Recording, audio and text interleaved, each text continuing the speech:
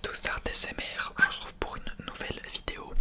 Une vidéo présentation de pays. Ça faisait un petit moment, j'ai l'impression de dire toujours la même intro. Ça faisait longtemps que je n'avais pas fait ce genre de vidéo. Non, en vrai, ça faisait quand même pas mal de temps, je pense 1 ou 2 mois, voire plus, que j'avais pas fait une petite vidéo présentation de pays. Qu'est-ce que je voulais vous dire d'autre? Je ne sais plus, j'ai pensé à un truc, j'ai oublié. C'est pas grave. Je vais du coup vous présenter ça comme d'habitude. N'hésitez pas à me dire s'il y a des trucs ou des informations pertinentes que je devrais dire dans de prochaines vidéos que je n'ai pas fait. Parce que je m'inspire un peu de ce que les gens me disent. Par exemple, on m'avait dit de parler de la devise d'un pays, etc. De la vie, du loyer, etc. Donc je l'ai rajouté dans cette vidéo là. N'hésitez pas s'il y a des informations que vous trouvez pertinentes à rajouter pour une prochaine vidéo, pour que je la rajoute. Bref, voilà. On est parti du coup pour présenter la Thaïlande. Du coup, je n'avais pas encore présenté de pays d'Asie. Donc là, on a un petit pays, la Thaïlande, que j'ai déjà visité. Donc je vais vous donner un petit peu mon expérience, entre guillemets, alors que c'était il y a longtemps, mais je vais vous donner mon expérience perso en plus pour appuyer. On va pouvoir commencer du coup avec la présentation du pays. Je présente à chaque fois sous forme de sorte de sommaire de 1 à 6. Bref, voilà. N'hésitez pas à liker si la vidéo vous plaît. Et on va être parti du coup avec la présentation du pays. On va commencer d'abord avec le drapeau. Le drapeau de la Thaïlande appelé Tong Trai Rong. Bon les gars, je vous préviens, je vais faire des appellations vraiment très nulles. Donc le drapeau thaïlandais appelé Tong Trai Rong, drapeau tricolore, est composé de 5 bandes horizontales. Les couleurs sont de haut en bas, rouge, blanc, bleu, blanc, rouge.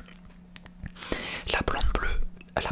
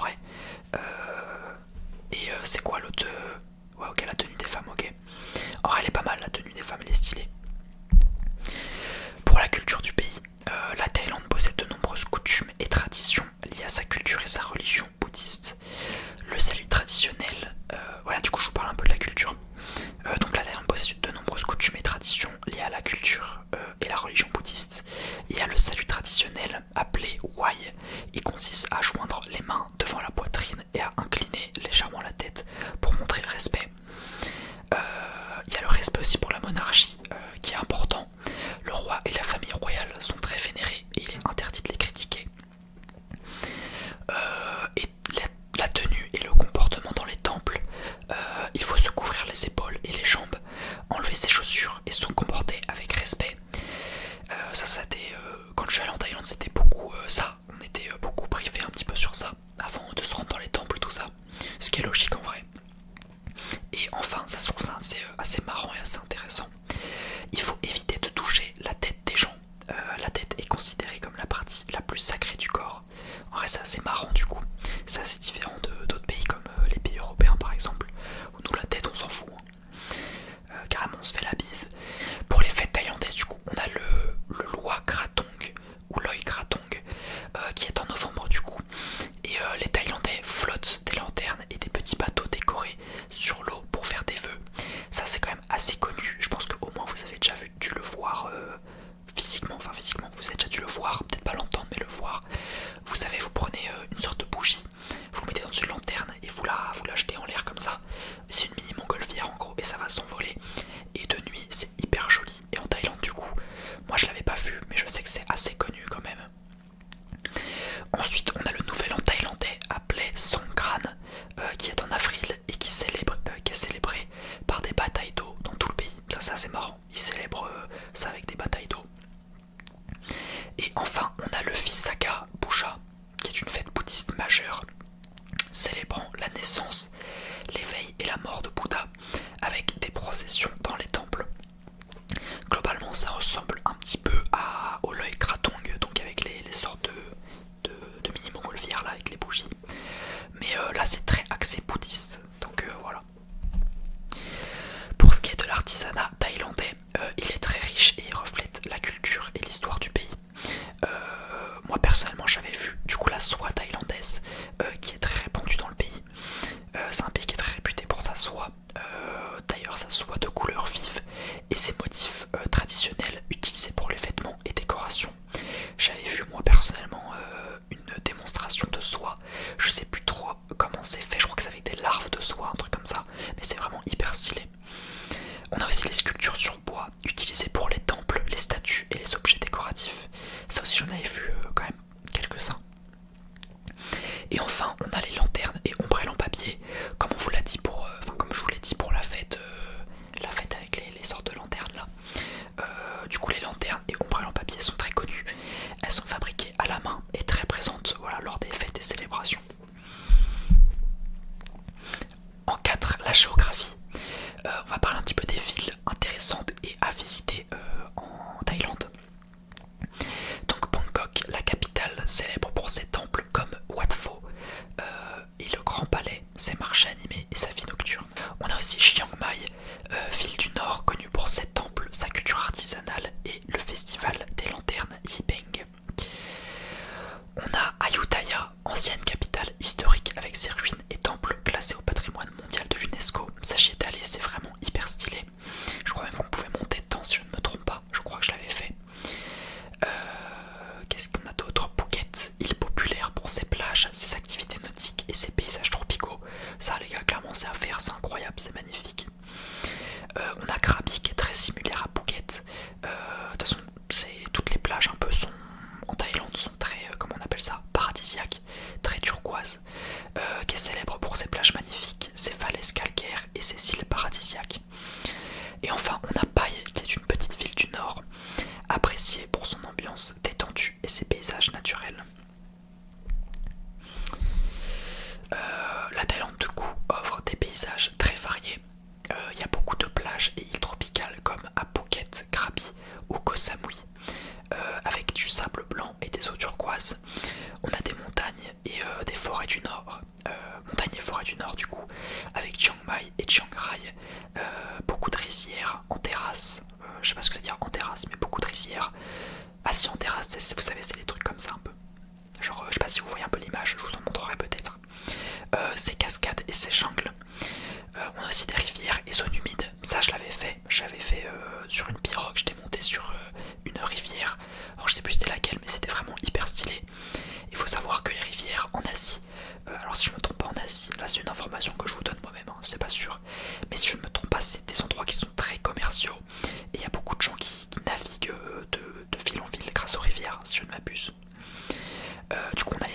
les zones humides avec le fleuve Chao Phraya à Bangkok et le delta du Mekong. Le delta du Mekong est assez connu quand même. Et enfin, on a les zones urbaines et les temples, comme à Bangkok et à Ayutthaya, avec leurs bâtiments historiques et leurs pagodes. Ces paysages combinent nature, culture et histoire, ce qui fait de la Thaïlande une destination très diversifiée. La Thaïlande possède aussi de nombreux monuments historiques remarquables. On a le Grand Palais de Bangkok, du coup, ancien palais royal et centre cérémoniel, célèbre pour son architecture et ses temples.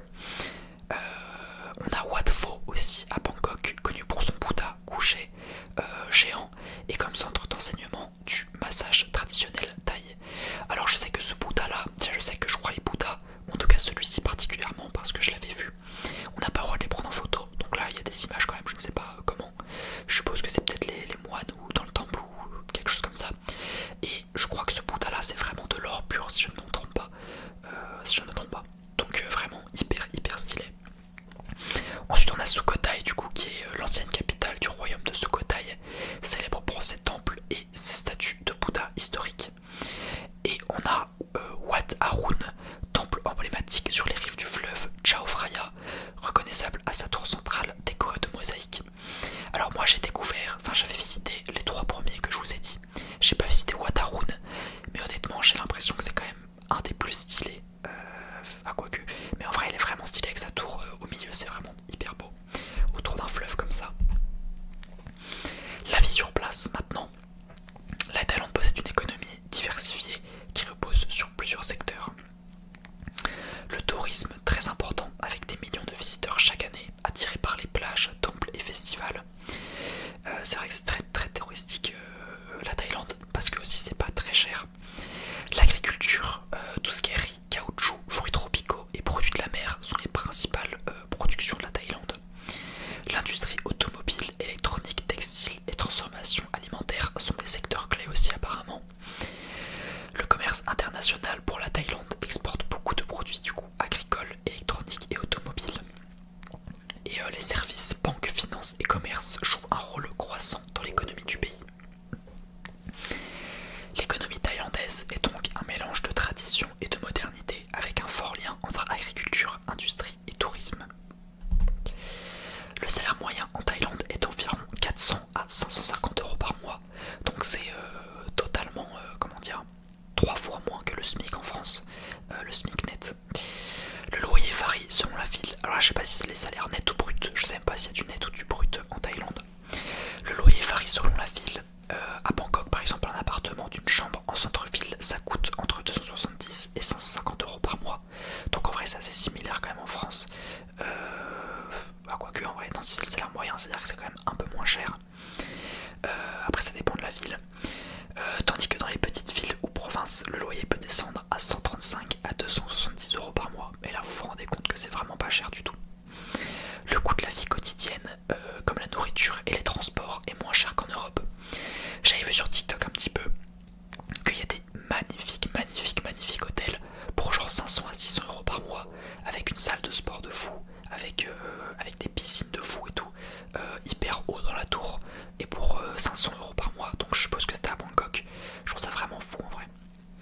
C'est un peu la vie de riche mais à échelle thaïlandaise. Et on finit par la catégorie info en vrac du coup. La gastronomie thaïlandaise est réputée pour être savoureuse, épicée et parfumée, mélangeant souvent le sucré, le salé, l'acide et le piquant. Parmi les plats typiques, on trouve le pad thaï qui est quand même assez connu.